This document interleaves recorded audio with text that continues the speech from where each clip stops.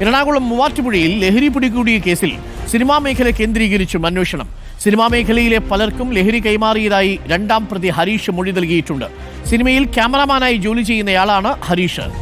Sharan S S ചേരുന്നു കൂടുതൽ വിവരങ്ങളുമായി. ശരൺ എസ് എസ്, പലപ്പോഴും നമ്മൾ പറഞ്ഞിട്ടും അറിഞ്ഞതുമായ കാര്യങ്ങളാണ്. സിനിമാ സെറ്റുകളിൽ, ലൊക്കേഷനുകളിലൊക്കെ വലിയ രീതിയിൽ ലഹരിയുടെ കച്ചവടം നടക്കുന്നുണ്ട്. പലപ്പോഴും ഈ കരവനുകൾ കേന്ദ്രീകരിച്ചുകൊണ്ട് താരങ്ങൾ, നിർമ്മാതാക്കളിൽ ചിലരും, ഈ പറയുന്ന അണിയറ പ്രവർത്തകരുമൊക്കെ ലഹരി ഉപയോഗിക്കുന്നതായി നേരത്തെ തന്നെ ചില സാങ്കേതിക പ്രവർത്തകരും നിർമ്മാതാക്കളും നമ്മളോട് തുറന്നു പറഞ്ഞിട്ടുള്ളതാണ്. ഇത് കൂടുതൽ ശക്തിപ്പെടുത്തുന്നതാണ് ഇപ്പോൾ പുറത്തു വന്നിരിക്കുന്ന മൊഴികൾ, അല്ലേ?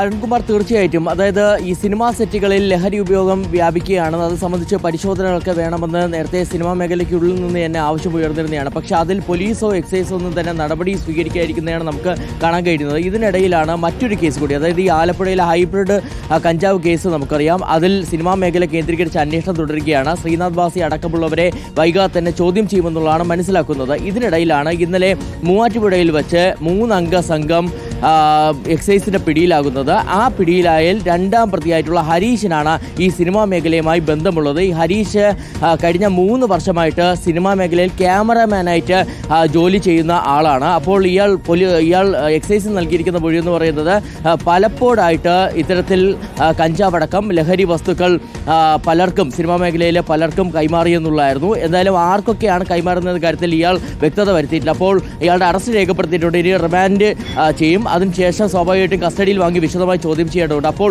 ആ ചോദ്യം ചെയ്യലിൽ സിനിമാ മേഖലയിൽ ആർക്കൊക്കെ ഇതിൽ പങ്കുണ്ട് എന്ന് കണ്ടെത്താനുള്ള അന്വേഷണം എക്സൈസിന്റെ ഭാഗത്തു നിന്ന് ഉണ്ടാവുകയും ചെയ്യും. മറ്റൊരു പ്രധാനപ്പെട്ട കാര്യം, ഈ കേസിലെ 1-ാം പ്രതിയായ ശാലിം സ്ഥിരമായിട്ട് NDPS കേസുകളിൽ പ്രതിയാണ് എന്നുള്ളതാണ് എക്സൈസ് പറയുന്നത്. കഴിഞ്ഞ മാസം ഇയാളെ MDMA-യുമായിട്ട് പിടികൂടുന്ന സാഹചര്യമുണ്ടായിരുന്നു. ഒരു കേസ് രജിസ്റ്റർ ചെയ്തിരുന്നതാണ്. ഇതിന് പുറമെ തന്നെ ഇന്നലെ ഈ സംഘം പിടിയിലാവുമ്പോൾ തന്നെ, ലഹരി വസ്തുക്കൾ പിടിച്ചെടുക്കുമ്പോൾ തന്നെ ഒരു തോക്ക് കൂടി പിടികൂടുകയും ചെയ്തിരുന്നു. അപ്പോൾ ആ തോക്ക് സംബന്ധിച്ച് ഇപ്പോൾ എക്സൈസ് പറയുന്നത് ഈ തോക്കിന് ലൈസൻസ് ഇല്ല എന്നുള്ളതാണ്. അപ്പോൾ എന്ത് സാഹചര്യത്തിലാണ് ഈ തോക്ക് കൈവശം വെച്ചതെന്നുള്ളതും പ്രതികളോട് ചോദിച്ചത്. അപ്പോൾ പ്രതികൾ മൊഴിയായി നൽകിയത് ഈ ലഹരി ഇടപാടുകൾ നടക്കുമ്പോൾ സുരക്ഷ ഒരുക്കുന്നതിൻ്റെ ഭാഗമായിട്ടാണ് തോക്ക് കൈവശം വെച്ചതെന്നുള്ളതാണ്. എന്തായാലും ഈ തോക്ക് ഇപ്പോൾ ഫോറൻസിക് പരിശോധനയ്ക്ക് അയക്കാനും എക്സൈസ് തീരുമാനിച്ചിട്ടുണ്ട്. വളരെ പ്രധാനപ്പെട്ട നീക്കമാണ്. ചുരുക്കത്തിൽ ഇപ്പോൾ പിടിയിലാവുന്നവരിൽ നിന്ന് വരുന്ന വിവരങ്ങൾ അനുസരിച്ച് ലഹരി മാഫിയ സംഘം ഈ സിനിമാ സെറ്റുകളിൽ നോട്ടമിട്ടിരുന്നു. വലിയ വിപണന സാധ്യതയാണ് സിനിമാ ലൊക്കേഷനുകളിൽ അവർ കണ്ടത്. തസ്ലീമയുടെ വാർത്ത നമ്മൾ നേരത്തെ റിപ്പോർട്ട് ചെയ്തിരുന്നതാണ്. ഇപ്പോൾ ഇതാ ഹരീഷിന്റെ വാർത്തയും റിപ്പോർട്ട് ചെയ്യുന്നു.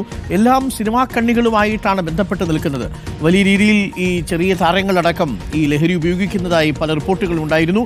പലരുടെയും കാര്യത്തിൽ ചില കാര്യങ്ങൾ ഇപ്പോൾ പുറത്തു വരികയും ചെയ്യുന്നുണ്ട്. ചിലരൊക്കെ മുൻകൂർ ജാമ്യാപേക്ഷയുമായിട്ട് എത്തിയതും പ്രേക്ഷകർ കണ്ടു.